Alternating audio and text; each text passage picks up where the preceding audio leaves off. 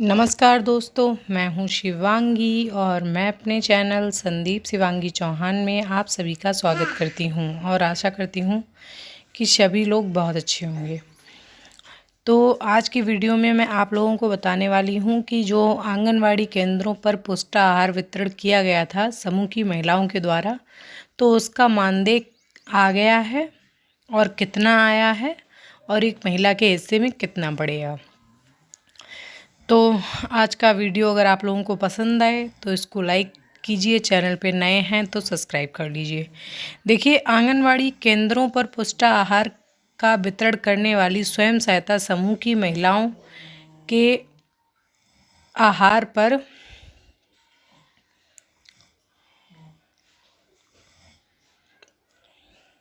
संकट मंडरा रहा है। 10 माह से समूह की महिलाएं आहार बांट रही हैं, मगर इसके एवज में एक दहला कहीं से भी नहीं मिला है। स्वयं सहायता समूह की महिलाओं में आक्रोश बढ़ता जा रहा है।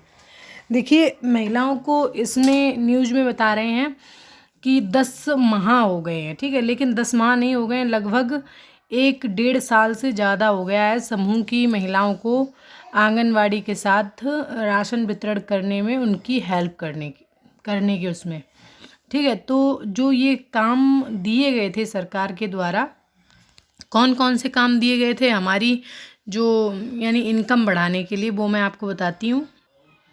सरकार द्वारा स्वयं सहायता समूह को मजबूत करने के लिए कई योजनाएं बनाई गई थीं। स्वयं सहायता समूह को आंगनवाड़ी केंद्रों पर पुष्टाहार को पैक करके बांटने की जिम्मेदारी दी गई थी। इसके साथ ही उनको समूह की महिलाओं को कोटा संचालन का भी काम दिया गया था। ब्लॉक में कैंटीन संचालन का काम दिया गया था, मतलब अब ब्लॉक में ही महिलाओं ने कैंटीन भी खोल ली थी, जिससे कि यानी ब्लॉक से बाहर नहीं जाना पड़ता है। अब ब्लॉक में ही आपको सारी चीज़ें प्रोवाइड हो जाएंगी, चाय, कॉफ़ी, नाश्ता वगैरह। जो हमारी समूह की दीदियाँ भी जाती हैं उनको भी आराम रहेगा, ठीक है। और शौचालयों के संचालन आदि की जिम्मेदारी भी समूह को ही मिल गई।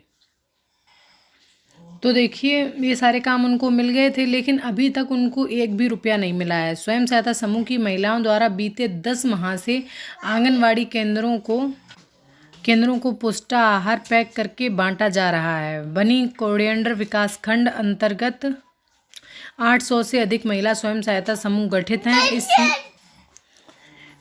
तो देखिए कि इसी के तहत यानी अब जो महिलाएं हैं उनमें गुस्सा भी पनपता जा रहा है कि हमने इतना काम किया और उसके बाद भी हमको अभी तक यानी कोई पैसा नहीं मिला है, ठीक है।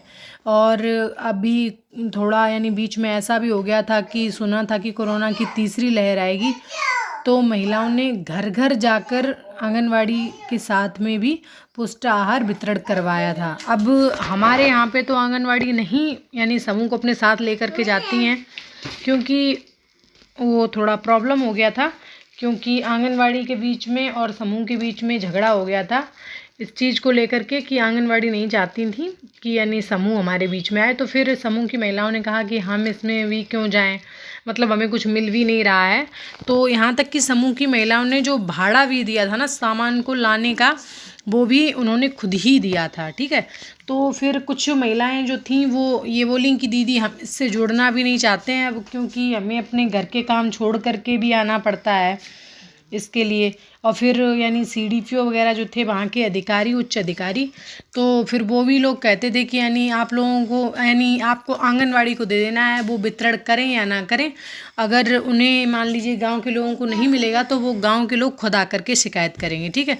तो इसमें एक चीज़ यहाँ पे बता देना चाहती हूँ कि अगर आंगनवाड़ी राशन वितरण नहीं कर रही हैं तो समूह की जो हमारे यानी समूह की महिला हैं वो गांव की महिलाओं से कहें कि आप जाइए और ब्लॉक में जाकर के शिकायत कीजिए, ठीक है। तो इस पर ज़रूर कार्यवाही होगी। अब मैं बात करती हूँ कि कितना मानदेय आया है। देखिए, हमारे यहाँ पे कई समूह ऐसे हैं जिनमें पुष्टाहार वितरण का मानदेय आ गया है, तो वो 40 से 50 हज़ार रुपये के बीच में आया है 6 महीने का। और आगे भी जो महिलाओं ने काम किया है वो भी 40 से 50 हज़ार के बीच में आएगा। तो इसके हिसाब से एक जो दीदी हैं उनके हिस्से में 4,000 रुपये पड़ेंगे। अब देखिए, किस दीदी के हिस्से में 4,000 रुपये पड़ेंगे। ये 4,000 रुपये उन दीदियों के हिस्से में पड़ेंगे जिन्होंने काम किया, ठीक है। और जिन्होंने काम ही नहीं किया तो ये सारा पैसा फिर आप लोग निकाल लीजिए अपने समूह से और इसको भी उसी रूप में चलाइए। किस रूप में चलाइए? मतलब ब्याज के रूप में।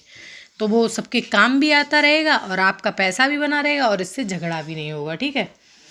तो यहाँ पे आपको मैंने आज 2 चीज़ें आप लोगों की क्लियर कर दी कि आपका मानदेय भी आ चुका है और कौन सी दीदी के हिस्से में कितना पड़ेगा। अगर आप लोगों को इससे जुड़ी कोई समस्या आ रही है तो आप लोग कमेंट करके बताना, मैं उसका आंसर दूंगी आपको।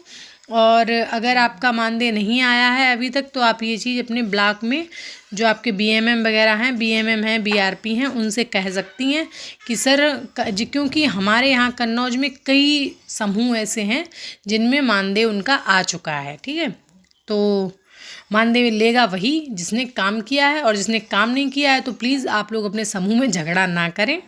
तो काम जिन्होंने किया है उन्हीं लोगों को ये पैसा मिलना चाहिए, मेरा मानना ये है। फिर आप लोगों को जो ठीक लगे वो आप लोग कीजिएगा। तो अगर आप लोगों को मेरा वीडियो पसंद आया है तो इसको लाइक कीजिए, चैनल पे नए हैं तो सब्सक्राइब कर लीजिए। और ये मेरा बेटा थोड़ा चिल्ला रहा है बीच बीच में आके, तो इसके लिए माफ़ी चाहती हूँ। और मेरा वीडियो देखने के लिए थैंक यू।